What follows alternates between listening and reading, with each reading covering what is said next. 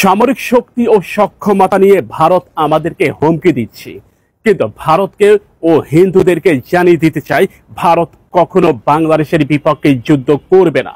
ভারত কেন যুদ্ধ করবে না তার দুটি কারণ। প্রথমত, ভারত ভেঙে যাবে। দ্বিতীয়ত, ভারত যুদ্ধ করার সাথে সাথে পাকিস্তান, চায়না ভারতকে মুরগির মতো ছিঁড়ে ফেলবে।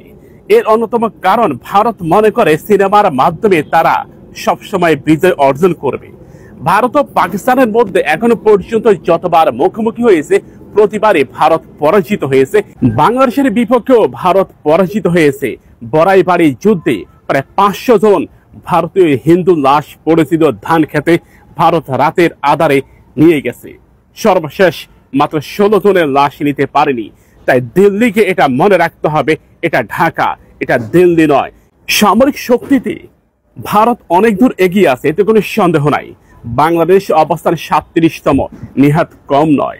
আমাদেরকে সামরিক সাপোর্ট দেওয়ার জন্য তুরস্ক, চায়না, পাকিস্তান অনায়াসে আছে, কিন্তু ভারতকে সামরিক সাপোর্ট দেওয়ার জন্য একটা বুলেট পাঠানোর সক্ষমতা পৃথিবীর কারণেই। ইসরায়েল ভারতকে বুলেট যদি পাঠায়, কোন দিক দিয়ে পাঠাবে? পাকিস্তানের আকাশপথ ব্যবহার করে।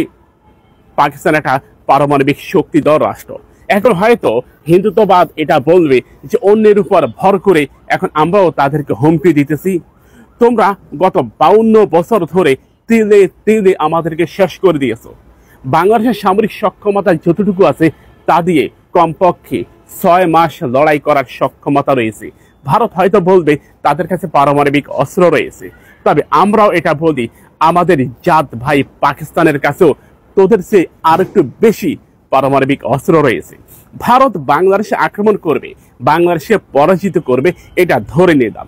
কিন্তু ভারত এটা কি জানে তার 7টি রাজ্য যদি তার থেকে হাতছাড়া হয়ে যায়, অর্থনৈতিকভাবে ভারত হবে পৃথিবীর সবচেয়ে দরিদ্রতম রাষ্ট্রগুলোর অন্যতম একটি। কারণ ভারতের মোট জনসংখ্যা 140 কোটি। ভারতের কৃষিকাজের প্রায় 40% উৎপাদন হয়। পুরো ভারতের কৃষিকাজের 40% উৎপাদন হয় ভারতের এই 7টি রাজ্যে। এখান থেকে ভারত টনকে টন ধান, চাল, গম, যা আছে এভরিথিং তার অন্যান্য রাজ্যে নিয়ে যায়। এটা নিয়ে মণিপুর থেকে শুরু করে ত্রিপুরা, আসাম এরা অনেকদিন ধরে লড়াই করতেছে, তারা স্বাধীনতা চায়। এখন ভারত বাংলাদেশে আক্রমণ করলো আর বাংলাদেশ তাদেরকে সুযোগ করে দিল মণিপুর, আগরতলা এই অঞ্চলটাকে। ভারত কি করবে? শুধু শুধু ভারতের বেজ্জতি হওয়া ছাড়া আর কোনো উপায় থাকবে না। পাকিস্তান ইতিমধ্যে জানিয়েছে যদি কখনো ভারত ন্যূনতম কোথাও থেকে আক্রমণের শিকার হয়, পাকিস্তান ধরে ফেলবে। চায়না ইতিমধ্যে অরুণাচল, লাদাখ অনেকটাই দখল করে ফেলেছে। তাই ভারত যে জুজুর ভয় দেখাচ্ছে, রিপাবলিক বাংলার তথাকথিত ওই সাংবাদিক বলতেছে যে 1 মিনিট টিকার ক্ষমতা নাকি আমাদের নাই। তো তাদেরকে বলতে চাই, বাংলাদেশ যখন শক্ত অবস্থান নেয় তখন কেন এত তোষামোদি? ভারতের কাছে কখনো আমরা ঠেকা নই, বরং আমাদের কাছে তারা ঠেকা। আমরা যদি শক্ত অবস্থান নেই, ভারতের রক্ত আমসা শুরু হয়ে যায়। তাই আমাদেরকে ভয় দেখাবেন না। যুদ্ধ করতে করতে এই জাতি বড় হয়েছে। মুসলিম উম্মাহ মৃত্যুকে ভয় করে না। আমরা মনে করি মৃত্যু মানে জান্নাত। তাই ওরা আমাদেরকে বলে আমরা জিহাদি, আমরা জঙ্গি। আমাদের সামরিক সক্ষমতা অনতিবিলম্বে বৃদ্ধি করতে হবে।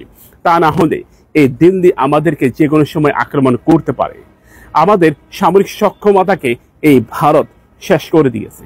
কারণ ভারত এটা খুব ভালো করেই জানে বাংলাদেশের সামরিক সক্ষমতা বৃদ্ধি হলে তাদেরই ভয়। সে কারণেই এখন যে তারা যুদ্ধের হুমকি দিতেছে, শেখ হাসিনাকে প্রশ্ন করতে চাই ভারত এখন কিসের উপর ভিত্তি করে হুমকি দিচ্ছে? ভারতের বিনাশীকে বলেছিল বাংলাদেশ কাদের জন্য অস্ত্র ক্রয় করে? বাংলাদেশ কি ভারতের বিপক্ষে যুদ্ধ করবে? বিনাশী কি সে সময় শেখ হাসিনাকে এটা বুঝিয়েছে? শেখ হাসিনা সে সময় এটাই বুঝেছিল।